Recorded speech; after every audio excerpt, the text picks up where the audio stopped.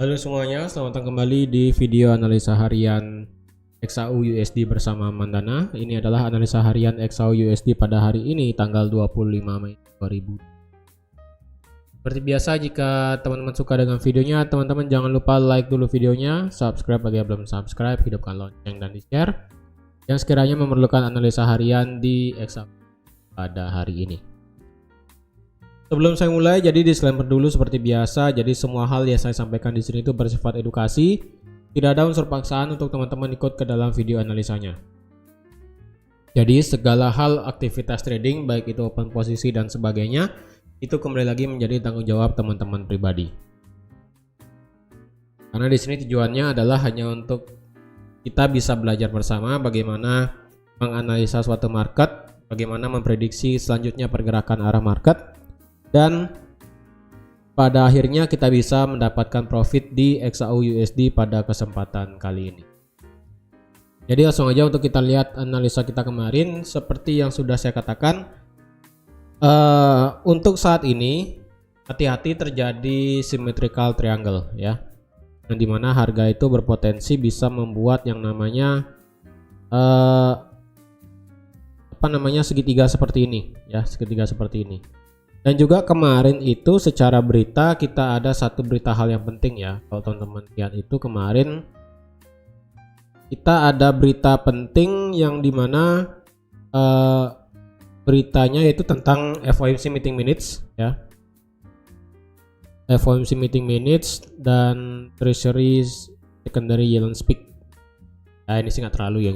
Lebih penting kemarin itu adalah FOMC meeting minutes. Di sini ada beberapa hal yang di-highlight daripada FOMC meeting minutes tadi pagi, ya, tadi subuh pagi. Di sini teman-teman bisa lihat di forexfactory.com-nya ya, di sini tentang FOMC meeting minutes apa-apa saja yang di-highlight tadi pagi. Kalau dilihat sekilas dari yang terjadi FOMC tadi pagi, itu kalau boleh saya simpulkan secara mudahnya itu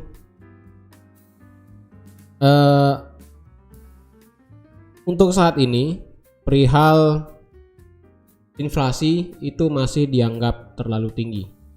Saat itu masih terlalu tinggi, yang dimana saat ini para FOMC member itu terbagi menjadi dua, antara entah akan ada kenaikan lagi nanti di bulan Mei atau akan tetap tidak akan ada kenaikan nanti di bulan Mei. Jadi sekarang anggota dari FOMC terbagi menjadi dua kubu ya, satu yang tetap ingin menaikkan dan satu yang tetap tidak usah menaikkan suku bunga dulu untuk saat ini. Nah, untuk saat ini kan inflasi di Amerika 4,9 ya, lagi dikit ke 2%. Tapi untuk saat ini 4,9 itu masih dianggap terlalu tinggi dan itu tidak diterima ya. Bahkan penurunannya itu dianggap tidak sesuai dengan perkiraan ataupun proyeksi dari The Fed itu sendiri. Jadi bisa dikatakan banyak terbagi dua, jadi member FOMC terbagi menjadi dua kubu yang ingin menaikkan sebanyak 25 basis point lagi nanti di bulan di bulan Mei. Itu karena ya inflasinya masih dianggap terlalu tinggi. Jadi hal tersebut membuat pergerakan tadi malam itu juga membuat XAU USD-nya langsung drop ya. Dropnya secara signifikan juga. Kalau dilihat secara dropnya ini juga secara tidak langsung ya. Secara tidak langsung dropnya ini seperti yang sudah saya katakan juga, bahwa saat ini area supply kita itu masih intact ya, di area 1980, yang ini merupakan area segitiga juga ya kan, ini tidak berubah area segitiganya. Dan kemarin juga pasar saham dari segi Dow Jones dan juga Nasdaq itu mengalami penurunan akibat daripada masih isunya, yaitu tentang debt ceiling ataupun batas atas utang ataupun plafon utang di Amerika Serikat ya bahasanya. Di sini teman-teman bisa lihat juga kalau saat ini ya, kemarin di hari Rabu itu belum ada kepastian, masih mengalami kebuntuan, masih mengalami ketidakjelasan bagaimana Presiden Joe Biden dengan anggota parlemen, dengan menteri-menterinya itu dalam hal membahas tentang plafon utang atau funding.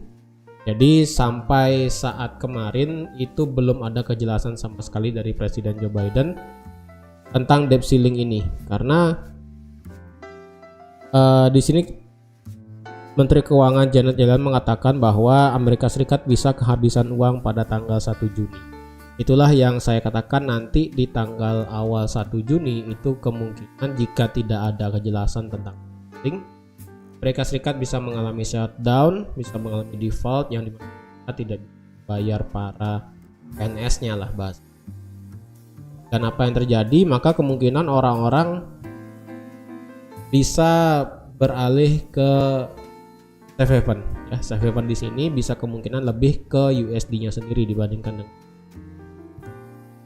terkecuali nanti misalnya menjelang, sekarang kan tanggal 25, jika nanti menjelang akhir bulan, misalnya nanti di hari Sabtu atau hari Minggu itu kan tanggal 27, tanggal 28, jika nanti di sana ada pertemuan membahas tentang debt ceiling oleh Joe Biden dan juga para anggota parlemen dan bisa menghasilkan keputusan yang baik, maka otomatis USD-nya XAU USD-nya kemungkinan akan bisa bergerak naik lagi. Tapi saat ini secara teknikal area kita itu masih sama ya. Ini range area kita di sini dari 1980 sampai di 1950, itu range terjauh untuk saat ini ya. Ini range terjauh saat ini. Dan ini juga masih intact area supply kita di 1980.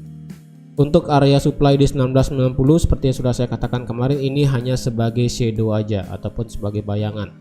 Supply bayangan dalam artian itu ini bisa dianggap sebagai area fake out, bisa dianggap sebagai dengan mudahnya ditembus itu juga bisa ya.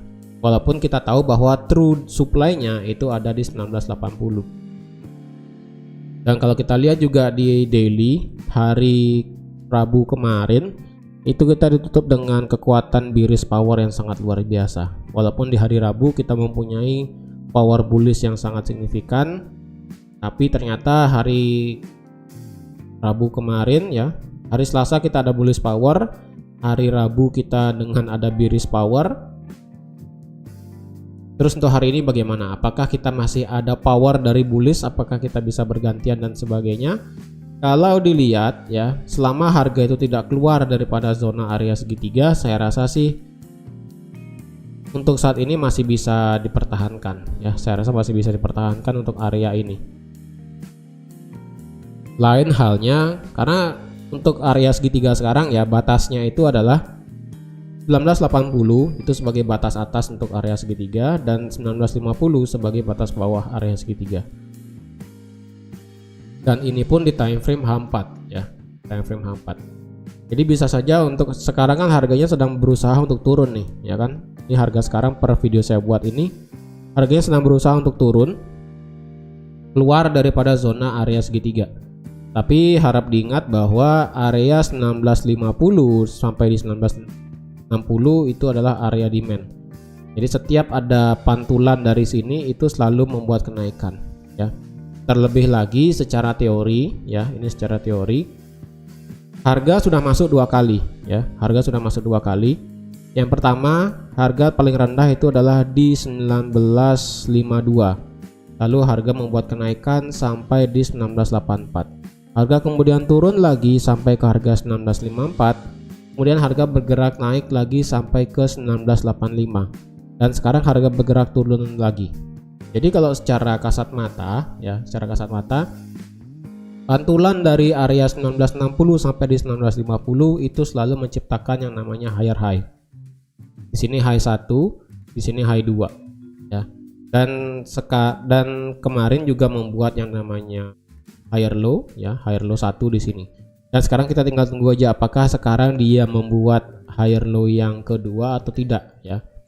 Jika harga itu bergerak ke bawah, membreak daripada harga terendah yang ada di 1952, maka kemungkinan besar harga itu bisa menembus 1950 dan mengejar demand selanjutnya yang ada di 1935 di sini. Ya, bisa sampai sini. Bisa sampai sini. Tetapi jika sekarang harganya berhenti di 1957 dan kemudian bisa bergerak naik lagi, ya, bisa bergerak naik lagi, maka kemungkinan harga itu bisa dengan mudah break 1980 dan langsung mengejar 1690, ya. Jadi sekarang itu menjadi harga yang penting, ya. Jika dari hari Senin dan hari Selasa itu kita sudah mendapatkan profit dari buy dan sell, dan kemarin mungkin teman-teman ada yang nge-sell nggak di sini, ya? Kemarin kan sudah saya plotkan area supply di sini. Mungkin ada nggak yang nge-sell di sini, ya? Ada nggak yang nge-sell di area 1982, 1980, 1, 2, 3, 4, 5, ya? Ada nggak yang nge-sell di sini? Dan jika ada, teman-teman pasti sudah mendapatkan profit. Sekarang, kalau teman-teman mau wait and see silahkan. Tapi kalau menurut saya di sini adalah kesempatan kita untuk bisa open buy saat ini, ya. Untuk bisa open buy saat ini. Karena kalau dilihat harga kita tinggal menunggu rejection lagi sekali aja sih, ya. Ini memang ada yang namanya bullish engulfing di sini. Di sini ada bullish engulfing dan kemudian harga bergerak turun. Dan saya akan menunggu lagi 2 atau 3 candle aja kayaknya ke depan. 2 atau 3 candle ke depan. Dan jika memang harga itu tidak bisa melewati level terendah di 1952, kemungkinan nanti akan saya nge-buy di sini, di area ini nanti misalnya. Karena kan harga belum pasti nih. Nanti mungkin trading plan-nya adalah ketika dia naik sampai di 1960 misalnya, stop loss-nya saya akan tetapkan di bawah 1950, ya, di 1948. Target maksimal saya tetap di 1985. Atau enggak di 1980 juga it's okay sampai sini.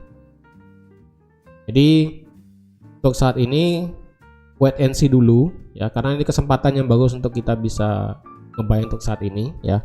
Kalau saya pribadi ini akan menjadi kesempatan yang bagus untuk nge-buy karena harga masuk ke area zona demand lagi, ya kan? Harga masuk ke area zona demand lagi dan kita tinggal menunggu konfirmasi aja, entah itu di H1, di M30 itu bebas, ya. Ini sih sudah ada konfirmasi tadi pagi jam 6, ya. Jam 6 pagi ini sudah ada konfirmasi, tetapi harga malah balik turun lagi nih. Jadi saya rasa sekarang kita tinggal tunggu aja dulu, ya. Apakah harga ini bisa membuat new higher low yang baru, ya. Ini kan low satunya di sini. Low 1, higher low yang lebih tinggi daripada ini, low yang lebih tinggi daripada ini, ya kan? Dan sekarang kita tinggal tunggu aja nih harga per sekarang bergerak nih. Apakah dia bisa membuat low yang lebih tinggi daripada ini atau tidak, ya. Dan jika dia membuat low yang lebih tinggi daripada 1954, ya, misalnya dia membuat 1956 gitu, anggaplah yang paling rendah misalnya nanti, maka kemungkinan dia bisa akan bergerak naik maksimal bisa sampai di 1980 di sini. Jadi ini bisa menjadi alasan kita. Yang penting teman-teman harus tahu ada konfirmasi dulu, ya. Jika tidak ada konfirmasi, teman-teman sebenarnya jangan nekat dulu. Walaupun kita di sini membuat kenaikan dan penurunan ini masih di dalam area zona segitiga di sini.